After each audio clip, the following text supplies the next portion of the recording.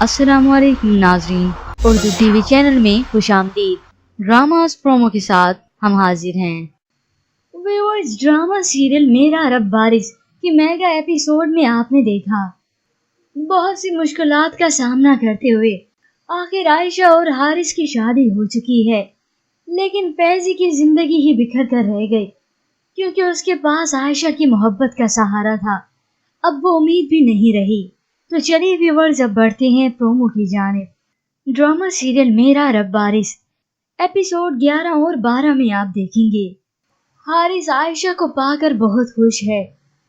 वो सामने बैठा आयशा पर काफी देर से नजरें जमाए बैठा है। तो आयशा कहती है, हारिस उठ जाइए, कोई देखेगा तो कहेगा कि आप पत्थर के बन गए हैं। तो जवाब में हारिस कहता है, कोई कुछ भी कहे, मैं तो बस यही जानता हूँ कि तुमने इस पत्थर में जान डाल दी है। वो आयशा को अपने पास बिठाकर अपनी मोहब्बत का उसे इजहार करता है।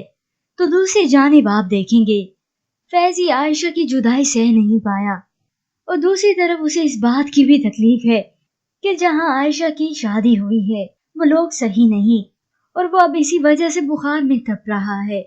फैजी की वालदा उसे उठाने ही आती है और तब उन्हें मालूम होता है कि फैजी को बहुत तेज बुखार है और वो इसी हालत में बेहोश पड़ा है। फैजी की वालदा बहुत परेशान हो चुकी हैं और फिर कुछ ही देर बाद आयशा वहां पर फैजी की आवाजें लगाती आ रही है। आयशा की आवाजें सुनकर फैजी की धड़कनें तेज हो गई। तो सामने बैठी उसकी वालदा परेशान कि अब न जाने क्या होगा। उन्हें इसी बात का डर लगा रहता है कि कहीं फैजी अपनी मोहब्बत का आयशा से इजहार ही न कर दे। तो उधर आयशा और हारिस की शादी के इब्तदाई दिन बहुत अच्छे गुजर रहे हैं, लेकिन ये बात हारिस की वालदा और उसकी बहनों को बर्दाश्त नहीं हो रही। व्यूअर्स, जैसे जैसे ये ड्रामा आगे बढ़ता जाएगा वैसे ही इसकी स्टोरी में और भी ट्विस्ट आता चला जाएगा। अगर आप जानना चाहते हैं कि इस ड्रामे की मुकम्मल कहानी क्या होने वाली है तो उसकी कुछ प्रेडिक्शन हमने की है जो कि आप बआसानी हमारे चैनल पर देख सकते हैं।